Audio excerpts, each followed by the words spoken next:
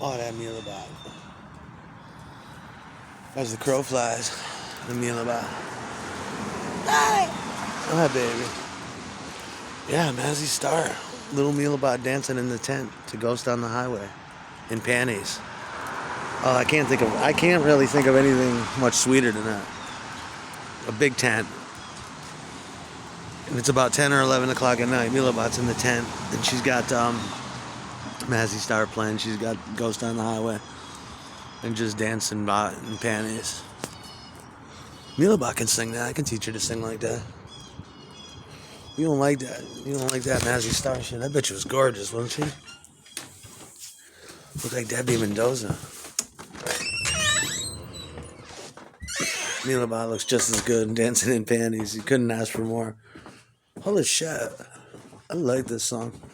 This is a good record, Milabot. This record is old. I was your age when this record came out.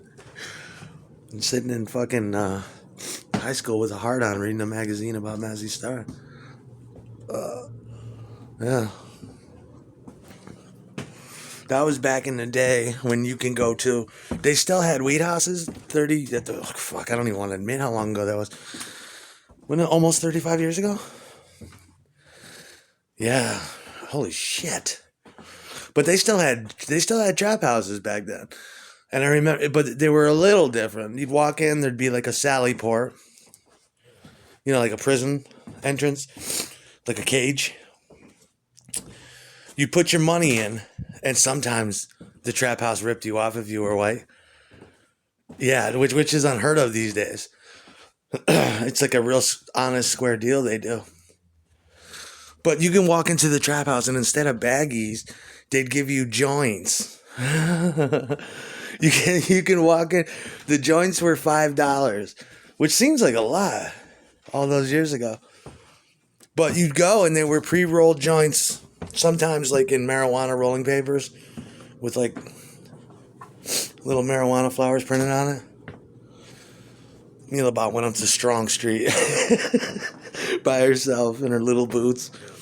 She went up to Strong Street in Hamilton Hill, walked up to the trap house, and Nidwid, put your money in.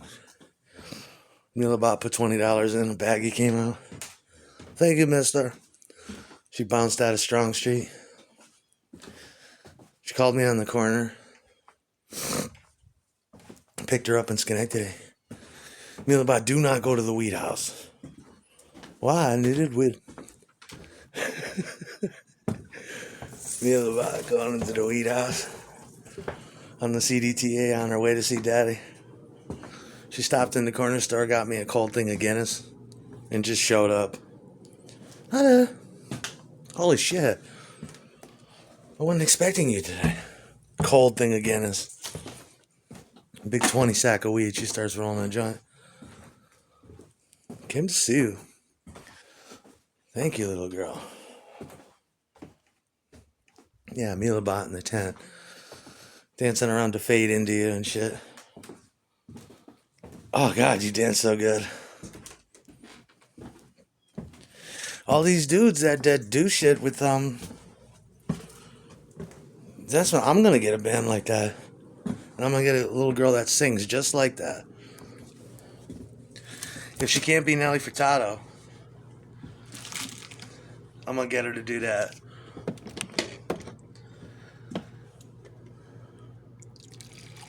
I think that music's still, yeah, like I said though, it's like you could take your Dave Matthews record from like a year or two later,